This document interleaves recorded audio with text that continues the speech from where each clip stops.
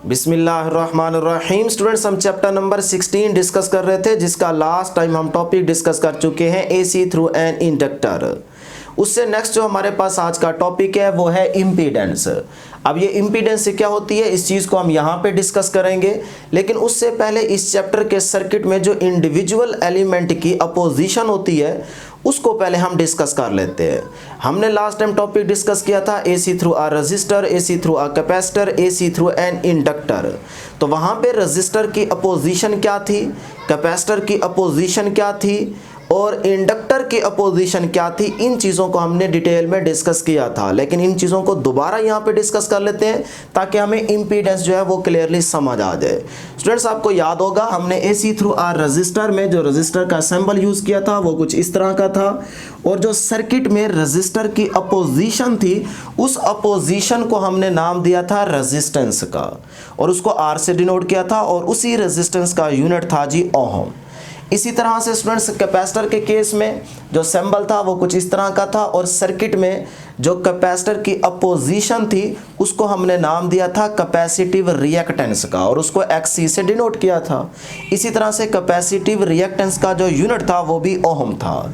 Similarly third में हमारे पास inductor का केस था। इंडक्टर का सिंबल हमारे पास कुछ इस तरह का था, और इंडक्टर की जो सर्किट में अपोजिशन थी उसको हमने नाम दिया था इंडक्टिव रिएक्टेंस का, और उसे XL से डिनोट किया था। इसी तरह से इंडक्टिव रिएक्टेंस का यूनिट क्या था जी, ओहम था। ये तो स्टूडेंट्स हमने प्योर सर्किट्स के अंदर या बेसिक सर्किट के अंदर जब इंडिविजुअल एलिमेंट को यूज़ कर रहे थे तो उस टाइम वो एलिमेंट की सर्किट में जो अपोजिशन थी उसको क्या नाम दिया था, ये हमने डिस्कस किया था।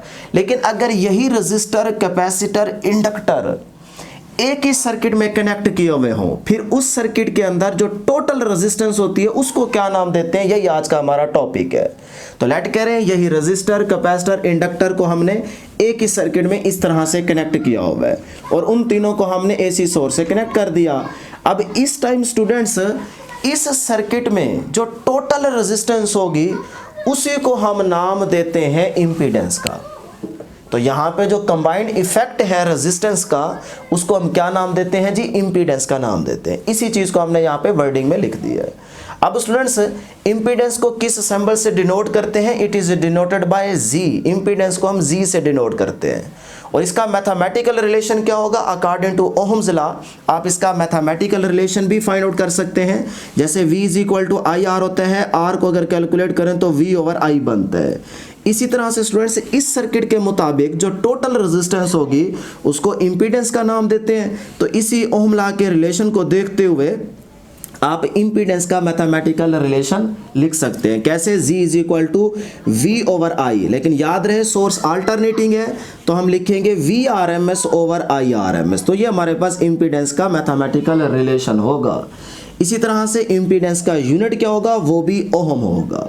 अब स्टूडेंट्स, अगर हम इसी इम्पीडेंस का रेसिप्रोकल ले तो हमारे पास एक न्यू टर्म बन जाएगी और वो कहलाएगी एडमिटेंस। तो reciprocal of the impedance is called admittance, और उसको डिनोट करते हैं हम Y से। तो वो Y का जो मैथमेटिकल रिलेशन बनेगा वो क्या होगा, 1 ओवर G।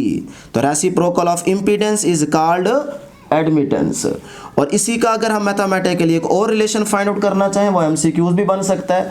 तो वो G की जगह आप ये वाली वैल्यू पुट करें VRMS ओवर IRMS, तो वो IRMS ऑटोमेटिकली ऊपर चला जाएगा, तो ये रिलेशन बन जाएगा Y is equal to IRMS over VRMS। तो ये हमारे पास थी जी इम्पीडेंस और एडमिटेंस। अब एडमिटेंस का यूनिट क्या होगा, जिस तरह से आपने इम्पीडेंस का यूनिट याद रखा है उसी तरह से आप एडमिटेंस का भी यूनिट याद रख सकते हैं। तो वो होगा पर ओहम, या फिर उसको मोह बोल सकते हैं, या फिर उसका थर्ड नंबर पे आप यूनिट याद रख सकते हैं साइमन।